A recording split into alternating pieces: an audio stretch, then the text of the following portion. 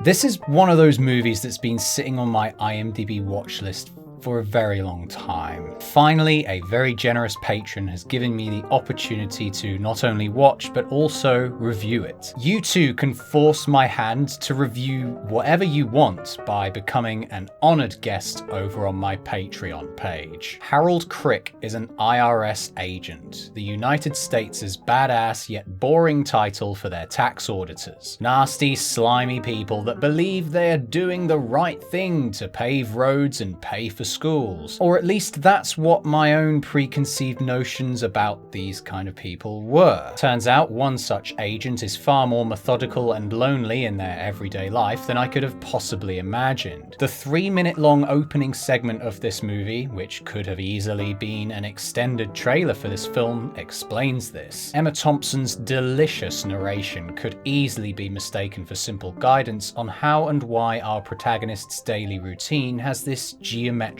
composite littered throughout. With so much emphasis placed on Harold's wristwatch too, it would be easy to presume that it bore some significance, as though it held the secret to Harold's inherent superpower. Most of this turns out to be a complete red herring. In almost Groundhog Day style, the next day begins with a near repeat of how the first day began. Only this time, Harold is able to hear the narrator's voice, seemingly coming from within his own home. The playful way that the puppet started to see its own strings was remarkably humorous. The idea that people would rely on Harold for fast arithmetic instead of just using a calculator not only appears ridiculous on the surface, but having that accepted norm challenged by Harold developing an awareness of his routine makes the audience realize the farce that he endures on a daily basis. The control he had over his life through calculation and repetition has now been broken, allowing us,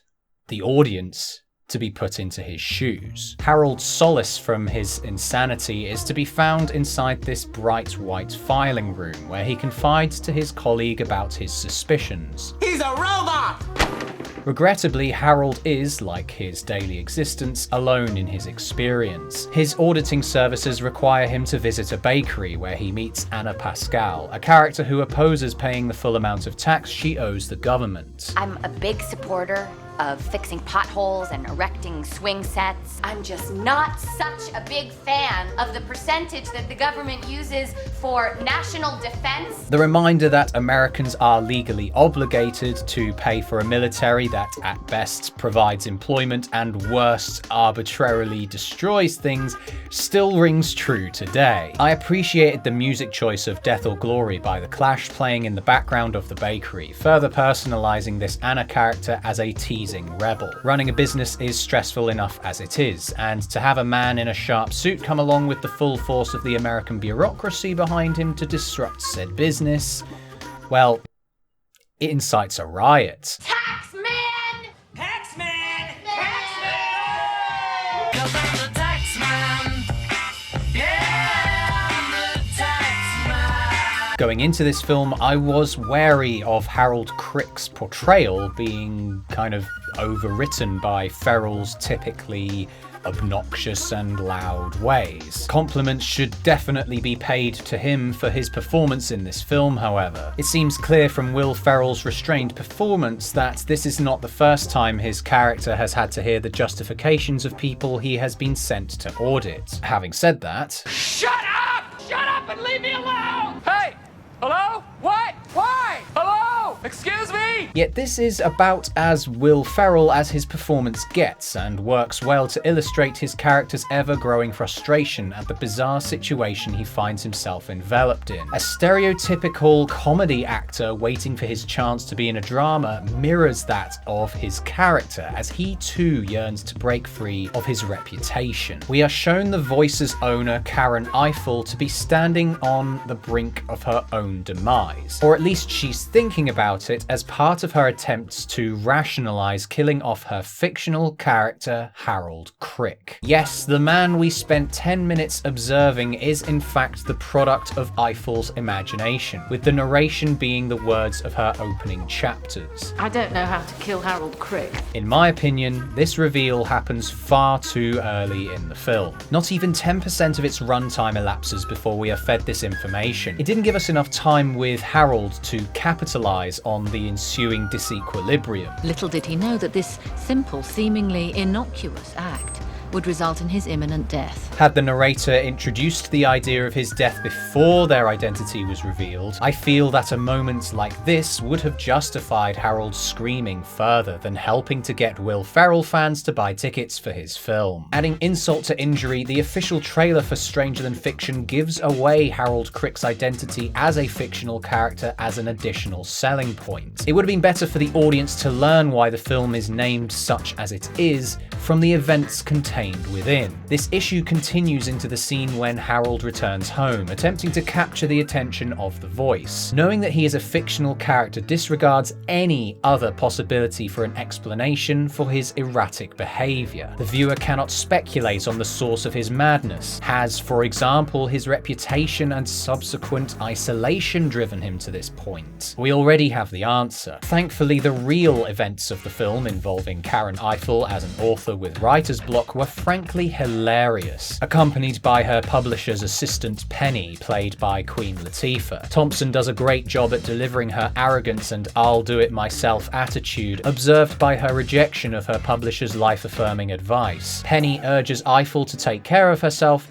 which in turn helps Eiffel to develop a fondness for the character she's responsible for killing. The scenes with these two are sadly few and far between though. I found them to be more memorable and punchy than those with Ferrell and his literary mentor, Professor Hilbert. I appreciated the way the story initially entertained the possibility of Harold having schizophrenia. We find this not just from the dialogue, but also from this shot of him reflected on a table, giving him a second head. This wild goose chase of advice finally leads him to the previously mentioned caffeine-addicted literature professor portrayed by Dustin Hoffman. Were it not for the delightfully author-like description of his death that he heard from the voice, little did he know that this simple, seemingly innocuous act would lead to his imminent death. The power of the voice's words were enough to captivate Hilbert to examine Harold further before his death catches up with him. The following scene shows another chance meeting between Anna and Harold, where the pair show a rather forgiving side to each other. Even Harold seems to have developed a sense of humour, despite having no inclination towards it prior. I would have expected the pair to have been far colder to each other in this scene. And yet, this is where the recognition of Harold Crick's fictionality plays heavily into my forgiveness of their forced and cheesy romance. Had it not been for this revelation that Harold was Eiffel's imaginative creation, I may have simply turned up my nose at this point and possibly even switched off the film. It would have been more appropriate for the film to have introduced Eiffel and her assistant here, to prevent such potential disregard from cynical viewers such as myself. Then again, I don't think movie producers back in 2006 were concerned that their movies would be picked apart and analysed from YouTube content creators such as myself. The movie has a mildly amusing scene with Hilbert and Harold narrowing down what fictional stories he's definitely not a character in. They simplify the exercise by trying to place Harold's life story into a tragedy or comedy. This is probably the best example of the film examining the theme of metafiction, as it takes a look introspectively at precisely what genre this film falls under. I appreciated that Hilbert's advice to Harold was simply to live as though life were a comedy. These lines appear more as advice on how the audience can live a good life, as laughter is definitely the best medicine. Harold then begins his auditing of Anna's bakery, which involves a simplistic montage of him trying to be a nice guy despite his rather taxing task.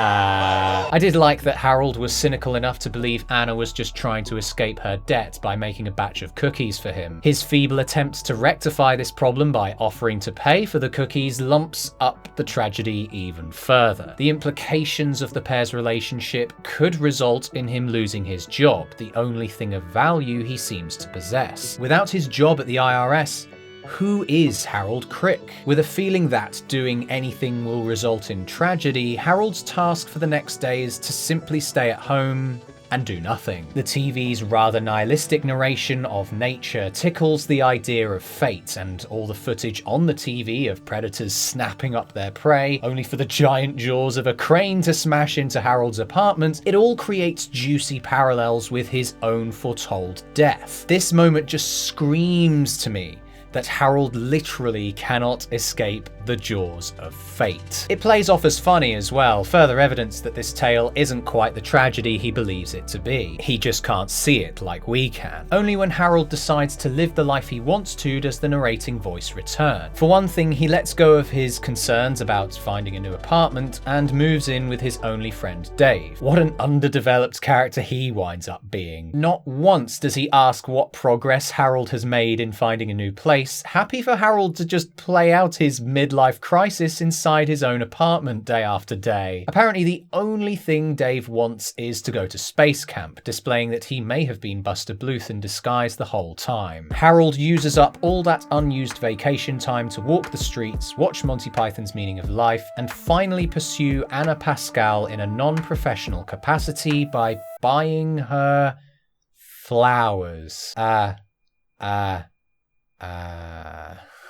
Meanwhile, Eiffel imagines more ways to kill off Harold. I love the disgusting way she puts out her cigarettes in saliva-ridden tissues, but what I loved more was her scene in the hospital seeking out those on death's door. It might have been easier for her to visit some prisoners on death row, but her insensitivity towards this nurse created some great humour. Excuse me, where are the dying people? The striped blue shirt she continuously wears throughout the film makes it look as though she's the one who belongs in the hospital. Are you suffering from anything? Just writer's block. The movie hits peak intrigue, however, once the lines between reality and fiction started to blur. Harold hears the voice of his narrator on Hilbert's TV, an interview with Eiffel from 10 years prior. She doesn't mention Harold Crick at this point, but given how it's taken her 10 years to write this book, it's no surprise she's so reluctant to kill him off. The story reaches its zenith by seeing the writings of Eiffel correlating magically with reality. The combination of Harold's forceful denial of his destiny and her proclivity towards killing off her main characters gives her a shocking revelation where Thompson's performance truly shone. Eiffel's disbelief transforms into fear as she is forced to face the possibility that the plot of her story is no longer at the mercy of her fingertips. That is until Hilbert reads the manuscript of Death and Taxes and the truth of the inevitable becomes clear to Harold. Regardless of what has or hasn't been written, he will die, as does every other human being. Him being a fictional character doesn't make him an exception to this fact. The moral quandary that is present of a book requiring the death of a real breathing human being for it to be a masterpiece is quite the dilemma. It's in this scene that I can pay the highest compliments to Will Ferrell's performance. His ability to cry convincingly on camera with red eyes and a runny nose created a really touching scene between the two main actors. Simultaneously, Eiffel has a crisis of her own, relapsing into a state that we saw her in at the beginning of the film. Now she has to contend with the possibility that she may have killed off as many as 8 people in real life now that one of her own fictional characters has appeared in reality. Her concoction of some creatively cruel means of doing so adds layers of guilt to support this scene's devastation. It was great to see Thompson no longer erratic and jittery in her performance, showing Eiffel as calmer than at any other point in the film. The set design of the messy apartment does all that talking for us as well. It's great stuff. Harold completes a very small bucket list of to-dos before his inevitable demise and then decides to walk in front of a bus to save a child. It's here that the small interludes strewn throughout the film that may have been perceived as flashbacks to Harold's past were actually the elements that led to Harold's death. Unfortunately, his death is filmed really badly. We see an entire path to the left is available to this child, yet he instead chooses to go on the road for some reason. Once this happens, Harold leaps into the road to pull him out with the aid of this gentleman. They pull him back towards the curb, and then somehow Harold gets hit by a bus. The driver definitely would have seen the commotion from this distance, just as easily as I can see her sitting in the driver's seat. Worse still, she is driving at a reasonably slow speed in these two shots, and then suddenly it's shown that she speeds up here. Wouldn't she be slowing down anyway to pick up this horde of people? No reasoning for why this would happen is ever clued in from the limited snippets of footage we see of the driver prior to this moment. The worst part of all was the stupendous amount of cuts that were made to stitch together this shoddy death in an attempt to make it look realistic. The only compliment I can pay to this sequence was when they cut back to Eiffel attempting to light a cigarette. The flame of Harold Crick's life has seemingly gone out, with this idea metaphorically symbolized by Eiffel's lighter running dry. They even cut to a shot of the typewriter, hinting at the possibility of Harold not quite being dead yet. Now, it should be acknowledged that a description of such events in book form might have made this death more believable, but I'm not too convinced it would. I still feel like the rug gets pulled out from under me by the story's decision to turn the tables and save Harold's life. He is awoken in hospital by the least credible doctor ever put to screen. A shard of metal from your watch obstructed the artery, keeping the blood loss low enough to keep you alive.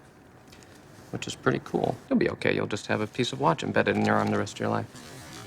And I thought it was rather fitting that the watch, which boasted of such significance from the offset of the movie, would be the very thing that saved Harold from his death. It's definitely a stretch to believe, but a bigger stretch was that Harold's next of kin wasn't contacted. Somehow, Anna shows up to visit him.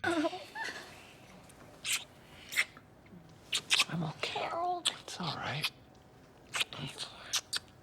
Harold. It has a rather simplistic conclusion that the small and simple things in life are what keep us alive, or more specifically, stops us from deliberately stepping into oncoming traffic. As much as this all comes off as contrivance, at least it is acknowledged in the following scene where Hilbert describes the sum total of the story as being okay, and that's precisely what this movie is on a surface level analysis. But there is definitely more going on in this film than meets the eye. I appreciated that there wasn't an explanation as to how Harold Crick went from being fictional to real. This probably would have defeated the whole strange element from Stranger Than Fiction. Otherwise, this is a decent film. It's enjoyable. 7 out of 10. Thank you to Declan for this recommendation. Thank you to all my other patrons. Next video is going to be a 5-part series on Torchwood Children of Earth. I know you Whovians are looking forward to that, so I'll see you when the first part is ready. You can catch each and every step of the production of those videos by making a pledge over on my Patreon page.